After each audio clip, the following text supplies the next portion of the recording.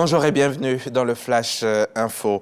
Le vice-président de la République était cette semaine à Tiébissou pour inaugurer la section Yamoussoukro-Tiébissou de l'autoroute du Nord. Occasion pour Tiemoko Méliès Koné de s'entretenir avec les cadres et la chefferie du grand centre au centre des échanges, la cohésion sociale et le vivre ensemble, seul gage d'un développement certain. Mahama Traoré a pu assister à la rencontre. Il nous en fera le compte-rendu dans le 13h. On quitte le centre de la Côte d'Ivoire, direction le nord, dans l'Abagoué précisément. Le Premier ministre y était hier pour inaugurer le magnifique hôtel communal de Boundiali. 2 blocs de bâtiments flambant neufs, imposants, surplombant la ville, dont la réalisation aura coûté plus de 784 milliards de francs CFA. Le reportage de Franck Quadion.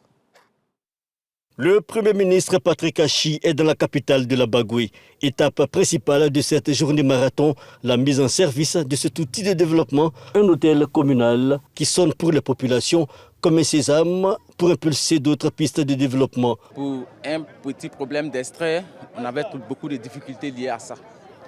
Donc dès l'arrivée de notre nouvelle ministre de l'Éducation nationale, Maria Toukoné, les choses ont commencé à s'améliorer. C'est qu'à Boundiali, la municipalité conduite par le député-maire Maria Toukoné, ministre de l'Éducation nationale, a engagé et réussi avec le soutien du gouvernement plusieurs chantiers, dont la voirie, l'électrification, l'accès à l'eau et l'école. Cette cérémonie est alors pour l'élu une occasion de remercier le président Alassane Ouattara. Cet hôtel communal comprend un bâtiment administratif, 2 bâtiments dédiés aux cérémonies, dont l'une des salles, la salle de mariage, porte l'illustre nom de Madame la Première Dame, Madame Dominique Ouattara. Le coût total des travaux est de 784 550 000 francs CFA. En écho, plusieurs personnalités, dont le ministre Bruno Koné-Nabagné, cadre de la région, le ministre d'État Téné Birahima Ouattara, le président de l'UVICOSI, ministre des Sports, Paul-Claude Dao, mais surtout Anne-Désiré Oloto. Si Maria Toukoné n'avait pas été choisie pour être la candidate ici du RHDP à l'élection municipale de 2018, on n'aurait pas eu tous ces investissements qui ont été réalisés ici.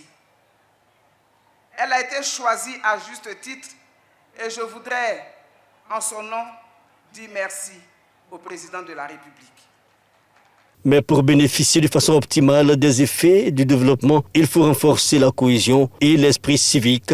C'est en tout état de cause l'appel du patron de la cérémonie, le président de l'Assemblée nationale, qui s'est adressé directement aux populations. Chers parents, il y a une seule chose qui vaille, c'est la fraternité. Parce que pendant longtemps, le choc des ambitions ont souvent opposé des frères entre eux, des sœurs entre elles. Mais aujourd'hui, avec ce que Boundiali est en train de devenir, la seule chose, le seul message que vous pouvez envoyer au président Alassane Ouattara, c'est cette force de l'union. Développement, cohésion, civisme, le Premier ministre Patrick Achi, au-delà de l'action cérémoniale, s'est appesanti sur la densité des différents projets de développement réalisés au bénéfice des populations rurales.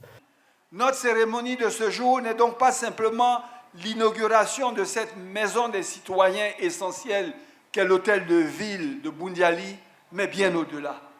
Elle est le symbole de la transformation accélérée de l'Abagoué et de Boundiali.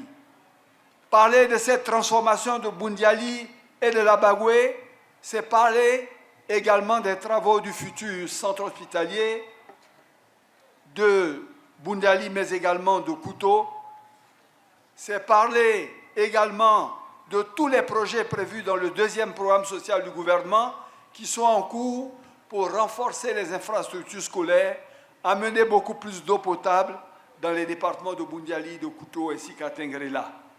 Des populations reconnaissantes qui ont traduit leur engagement à accompagner l'action gouvernementale par des présents.